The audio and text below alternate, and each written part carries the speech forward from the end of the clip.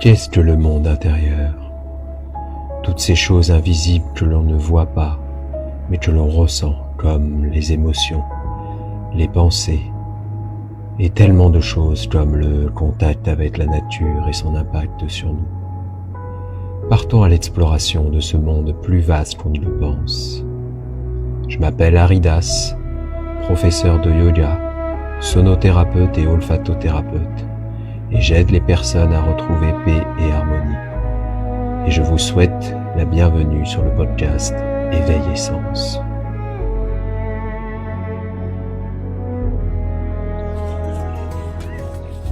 Bonjour, dans ce nouvel épisode, l'épisode 5, ne lâchez rien. Nous allons parler de la constance, de l'engagement envers soi-même et envers la vie de nos rêves. Ne lâchez rien. Quel est votre pourquoi? Comme nous en parlions dans le précédent épisode, qu'est-ce qui fait que vous avez peut-être tout plaqué de votre vie d'avant?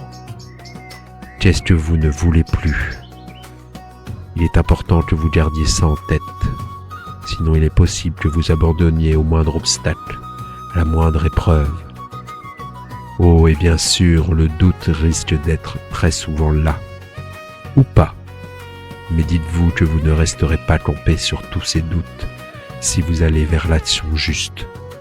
Oui, car c'est dans le mouvement que le changement opère. Il n'y a pas vraiment de chemin tout tracé. C'est vous, en fonction de vos décisions, de vos choix, que celui-ci va se dessiner au fur et à mesure.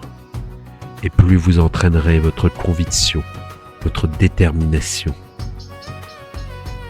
plus celui-ci vous semblera comme une évidence.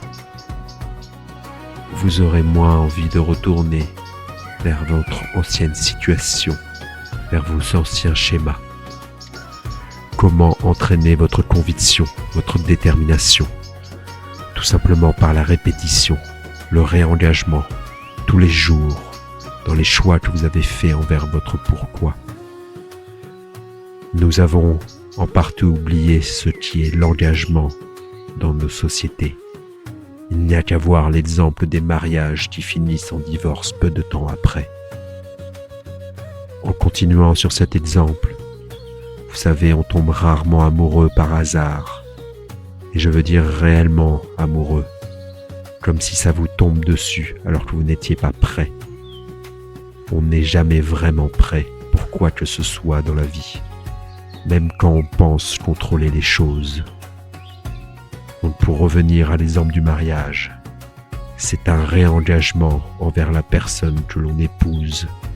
Car oui, une fois passé ces quelques mois ou quelques années de lune de miel, où tout est beau, tout est merveilleux, que vous êtes dans cet amour passionnel, un véritable cocktail d'émotions, avec sa partenaire. Vient ensuite le train-train quotidien. On voit plus les défauts de la personne avec qui on est. On est moins à la complimenter car on pense que c'est acquis. Mais dans la vie, rien n'est complètement acquis. C'est dans ces moments-là que le doute s'installe, que le choix se pose. Est-ce que je m'engage à continuer avec cette personne? Mais vous savez que vous pouvez faire ce choix avant, en prenant en compte que toute nouvelle situation vous apporte un nouveau cocktail d'émotions, de pensées, et que même si au premier abord la situation paraît idyllique, acceptez que ce ne soit pas toujours pareil. Ne cherchez pas à reproduire ce que vous avez vécu par le passé. Cherchez à aller toujours de l'avant, même si à certains moments, tout peut vous paraître compliqué à traverser. Dans ces moments-là, on se raccroche au passé, au vécu. Mais nous sommes des êtres évolutifs. Nous évoluons constamment, qu'on le veuille ou non. Se raccrocher à ce passé nous aide en rien. Sachez aussi que tous vos choix dans la vie ne vous amèneront pas toujours au résultat voulu initial, que tout ne sera pas agréable sur le chemin. Mais c'est un apprentissage. Il faut pouvoir tirer une leçon de toute chose pour pouvoir avancer au mieux. Ne cherchez pas forcément à tout comprendre, le pourquoi du comment. Trop de questions peuvent amener à plus de blocages. Pour en revenir au couple, c'est un véritable moteur, une propulsion sur votre chemin de vie. La personne avec qui vous vivez vous révèle tel que vous êtes à l'instant T et ce qu'il y a à changer en vous. Et je ne tiens pas non plus à faire de généralité. Il y a des moments où on peut se retrouver avec la mauvaise personne qui est désagréable avec nous, voire pire, violente. Tout comme on peut être dans un travail où l'on ne se sent plus du tout à l'aise, alors qu'avant, tout allait bien. Oui, mais souvent lors de nouvelles situations, tout comme lors de nouvelles rencontres, comme je le disais plus tôt, tout est beau, tout est merveilleux. Mais même dans ces instants, prenez le temps de vous poser avec vous-même et de voir ce que vous ressentez réellement au fond de vous-même. Mais ne vous blâmez pas, ne blâmez personne pour ce que vous vivez. Au contraire, remerciez, pardonnez. Tout ce que vous traversez est là pour vous faire évoluer, vous faire grandir. Nous ne sommes qu'amour, et l'amour de soi s'exprime en nous et à travers nous. Nous ne pouvons pas ne pas aimer une personne, un animal, une situation. Voyez ça comme une bénédiction. Allez au-delà des apparences. Mais vous devez faire attention à l'attachement que vous avez envers les personnes, les choses.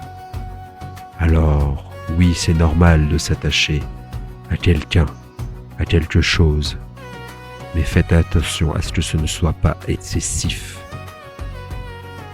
Je veux dire par là que vous faites abstraction de vos ressentis. Vous regardez ce qui vous arrange pour ne pas avoir à changer. Des choix faciles peuvent vous amener à plus de difficultés plus tard. Par exemple, vous avez un job, une bonne situation financière, une carrière prometteuse, mais vous vous sentez vide de l'intérieur. Vous pouvez vous dire qu'au vu de l'apport financier et de vos possibles évolutions, ça va aller. Et ça vous semble plus facile que de tout arrêter pour aller vers autre chose. Mais prenez le temps de vous sonder, de voir ce qui cloche, de ce qui doit être changé en vous pour comprendre ce vide intérieur. De même, votre couple bat de l'aile. Vous dites qu'un mariage pourrait aider à le sauver. Revivre ce que vous avez vécu au début de votre relation. Encore une fois, vous vous attachez au passé. Il s'agit de vivre dans le présent. Donc, oui mais non, il ne faut surtout pas aller vers ça. On ne résout pas le problème ainsi. Il faut voir où se cache le problème, comment la situation a pu évoluer ainsi. On ne bâtit pas une maison sur des fondations instables. C'est la même chose pour la famille, pour tout projet de vie. Sinon, tout serait voué à s'écrouler, un jour ou l'autre, si l'on ne fait rien pour évoluer. Il est important de venir se sonder de l'intérieur, de relâcher ce qui n'a jamais fait partie de nous, de notre être, ne pas s'agripper à des comportements, à des mécanismes, à des personnes juste par attachement, par habitude. Ne lâchez rien dans le sens, continuez d'avancer vers ce qui vous rend vivant. Vous n'êtes pas ici pour vivre à moitié, être des morts vivants. Le véritable focus doit être sur votre état intérieur. C'est de ce point départ que vous saurez comment interréagir avec ce qui vous arrive dans votre vie de tous les jours. Et de là, vous trouverez les actions justes à effectuer. Faites toutes les actions justes déjà vis-à-vis de vous-même et vous verrez que votre environnement s'ajustera. Peut-être avez-vous besoin d'être accompagné pour ce processus. Allez vers ceux qui vous parlent. Personne n'est vraiment là. Aucune situation ne se présente à vous, non sans raison, pour vous faire du mal. Cela vous révèle ce qui ne tient plus la route chez vous.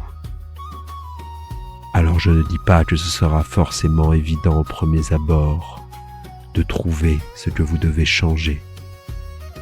Mais du moment que vous prenez la décision et l'engagement de le faire, c'est ce qui compte.